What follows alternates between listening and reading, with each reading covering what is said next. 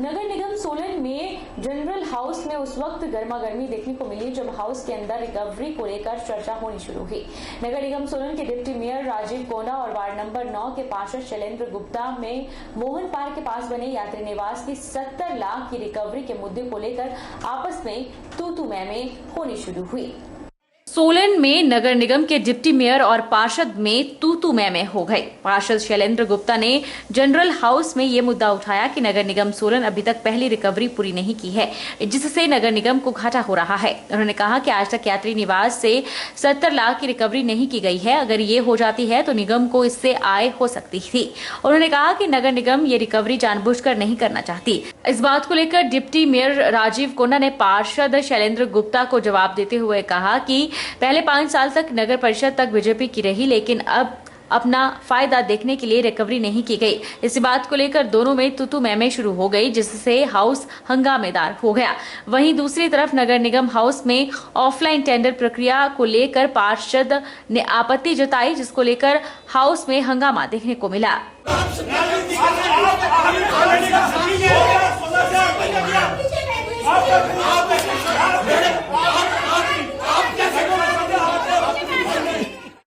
बता दें कि साल 2012 में मोहन पार्क के पास बने नगर निगम के यात्री निवास को एक कंपनी को किराए पर दिया गया था, जहां पर एक इंस्टीट्यूट बनाई जा रही थी। कहते हैं मन में कुछ करने की ठान ले जाए तो दुनिया की कोई भी ताकत आपको उसे पाने से नहीं रोक सकती। ऐसा ही वाकया नागपुर से साइकिल यात्रा पर निकले दिलीप भारत मलिक के साथ हुआ है। नागपुर का दिलीप भारत मलिक साइकिल पर सवार होकर देश की यात्रा पर निकला है। दिलीप की यात्रा का मुख्य उद्देश्य देश के शहीदों को श्रद्धांजलि देना और युवाओं को नशे से दूर रखने के साथ साथ फिट इंडिया का संदेश देना है। नागपुर से 26 जनवरी को सुबह 6 बजे निकला दिलीप भारत मालिक अब तक जम्मू, लेह, कारगिल, केलोंग से होते हुए बिलासपुर पहुंचा है। अब तक 15,000 किलोमीटर की साइकिल से यात्रा कर चुका है और 45,711.19 किलोमीटर की साइकिल यात्रा करेगा। इस पूरे सफर में कई मुश्किलें आई, लेकिन उसने डट कर सामना किया। उसने बताया कि उसकी माता का 22 फरवरी को देहांत हो गया था। यह उसके लिए एक ऐसा पल था जब उसे भी एक पल के लिए लगा कि वापस घर लौट जाना चाहिए, लेकिन फिर भी लक्ष्य की और देखा और आगे चल दिया। दिलीप ने बताया कि वह मां के अंतिम संस्कार में तो भाग नहीं ले पाया, लेकिन वह अपनी यात्रा पूरी करके अपनी माता को श्रद्धांजलि देगा। उसने बताया कि वह शिमला होते हुए बद्रीनाथ, नागालैंड जाएगा। दिलीप ने अभिभावकों से अपनी बेटियों को पढ़ाने की अपील की है। युवाओं को नशे से दूर रखने का भी आह्वान किया है। दिलीप ने बताया कि उसे रास्ते में कुछ युवा मिले जो नशे के आदी थे। उसने उन्हें समझाया और नशे से दूर रहने की सलाह दी। चला है भारत देश के शहीद जवानों के लिए श्रद्धांजलि। बेटी बचाओ बेटी पढ़ाओ स्वच्छता अभियान, पेड़ लगाओ पेड़ बचाओ, नशीली चीज से नौ की युवक को मुक्त करा जाए, प्रदूषण से बचाया जाए। ऐसे ही दोस्तों आप अपना फिटनेस में शाम सुबह अगर ध्यान देते हैं युवक नहीं, रिक्वेस्ट करता हूँ कि आप आने वाले टाइम में देश के लिए कुछ अच्छा कर दिखाने की आपकी सद्भावना पैदा होगी और देश के लिए जरूर कुछ आप लक्ष्य अच्छा कर सकेंगे। मेरे तरफ से आपको शुभकामनाएं। सुंदरनगर विधायक राकेश जम्वाल ने सुंदरनगर विधानसभा क्षेत्र के जरूरतमंदों लाभार्थियों को लगभग 1,70,00,000 की धनराशि वितरित की। इस अवसर पर विधायक ने कहा कि यह धनराशि जरूरतमंद परिवारों को घर बनाने और अनेक प्रकार की आर्थिक सहायता प्रदान करेगी। उन्होंने सरकार द्वारा चलाई जा रही अनेक जन कल्याणकारी योजनाओं के बारे में भी लोगों को अवगत करवाया। साथ ही विधायक ने सुंदरनगर के लोगों की जन समस्याएं भी सुनी और अधिकतर समस्याओं का मौके पर ही समाधान किया। राष्ट्रीय C&V अध्यापक संघ के जिलाध्यक्ष और कार्यकारिणी ने मुख्यमंत्री जयराम ठाकुर से कर्मचारियों की सेवानिवृत्ति की आयु 58 वर्ष से 62 वर्ष करने की मांग की है। साथ ही शिक्षा विभाग में C&V अध्यापकों के पद जल्द भरने की मांग भी की। हिमाचल प्रदेश के यशस्वी मुख्यमंत्री जयराम ठाकुर जी और शिक्षा मंत्री जी से संघ के माध्यम से मांग करता हूं कि आंध्र प्रदेश और तमिलनाडु की तर्ज पर हिमाचल प्रदेश के समस्त कर्मचारियों की सेवा निवृत्ति आयु सीमा 58 वर्ष से बढ़ाकर 62 वर्ष की जाए, क्योंकि आज लगभग कर्मचारी अनुबंध काल या किसी अन्य माध्यम से भर्ती होता है, तब तक उस कर्मचारी की आयु 45 से 50 वर्ष के बीच हो जाती है। इसी को मद्देनजर रखकर सेवानिवृत्ति आयु सीमा में बढ़ोतरी करना अति आवश्यक है, बहुत जरूरी है। मेरा संघ के माध्यम से हिमाचल सरकार से अनुरोध है कि नई पेंशन स्कीम को बंद करके कर्मचारियों को पुरानी पेंशन लागू की जाए। पाठशालाओं में लंबे समय से C&V अध्यापकों के पद खाली चल रहे हैं, चाहे वो कलाध्यापक हो, शारीरिक शिक्षक हो, भाषा अध्यापक हो, संस्कृत अध्यापक हो, संगीत अध्यापक हो, गृह विज्ञान अध्यापक हो।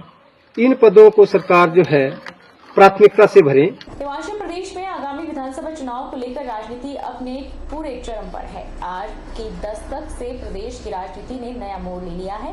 वहीं मंडी शहर के स्थानीय लोगों का कहना है कि जनता की आकांक्षाओं के अनुरूप ही सरकार बनेगी और जनता ही सरकार बनाएगी। जिस प्रकार से जनता को इच्छा होती है और जनता के कार्य होते रहे, तो जनता को कार्य चाहिए, काम चाहिए। जो सरकार काम करके पब्लिक को, जनता को काम करके देगी, तो उसकी छवि उनके दिलों में छा जाती है।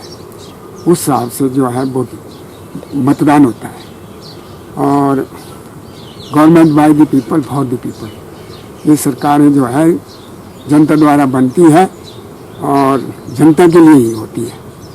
और अरिस्टोटल दार्शनिक ने कहा, जैसे जैसे जनता की इच्छा होगी वैसे वैसी सरकार आती जाएगी। ये जनता की इच्छा पर निर्भर है।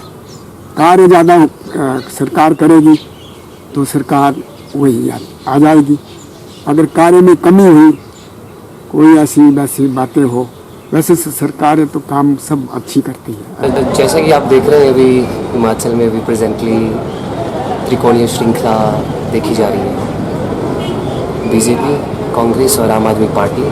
प्रेजेंटली आम आदमी पार्टी का जो रिस्पांस था, उनका जो जिस लेवल की वो डेवलपमेंट कर रहे हैं, एजुकेशन के बेस पे बोला जाए या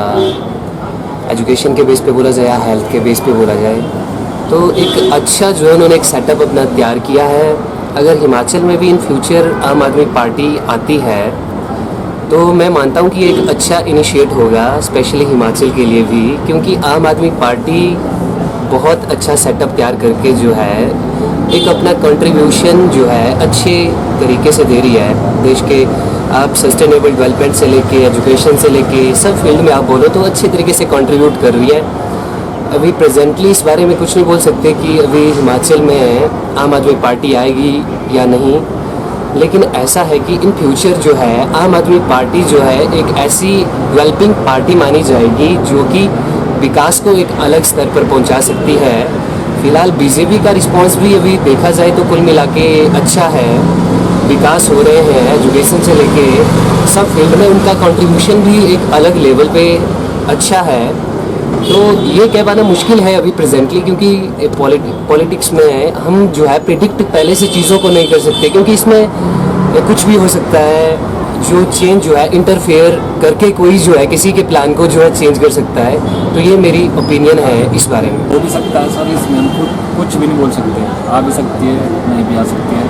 अब ये तो कुछ भी नहीं बोल सकता इसमें। कांग्रेस ने विचारधारा की मजबूती के लिए अब बच्चों के बीच अपनी पहुंच बढ़ाने का फैसला लिया है। पार्टी ने राष्ट्रीय स्तर पर जवाहर बाल मंच का गठन किया।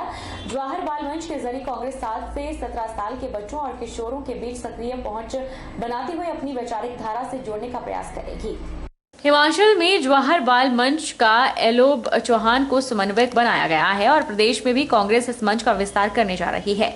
आगामी 10 दिन के भीतर प्रदेश स्तरीय कमेटी का गठन किया जाएगा। समन्वयक एलोब चौहान ने शिमला में पत्रकार वार्ता के दौरान कहा कि कांग्रेस ने राष्ट्रीय स्तर पर जवाहर बाल मंच का गठन किया है और हिमाचल में उन्हें समन्वयक बनाया गया है। प्रदेश में 10 दिन के भीतर प्रदेश स्तर की कमेटी का गठन किया जाएगा, जिसके बाद पूरे प्रदेश में ट्रेनिंग प्रोग्राम आयोजित किए जाएंगे, जिसमें सभी कार्यकर्ताओं और पदाधिकारियों को प्रशिक्षण दिया जाएगा। उन्होंने कहा कि जवाहर बाल मंच जिला, ब्लॉक और विधानसभा स्तर से लेकर पंचायत स्तर तक काम करेगी।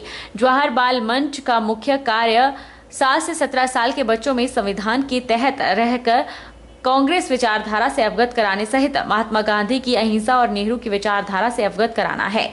देश के इतिहास से, आजादी से जुड़े पहलुओं से अवगत करवाना है।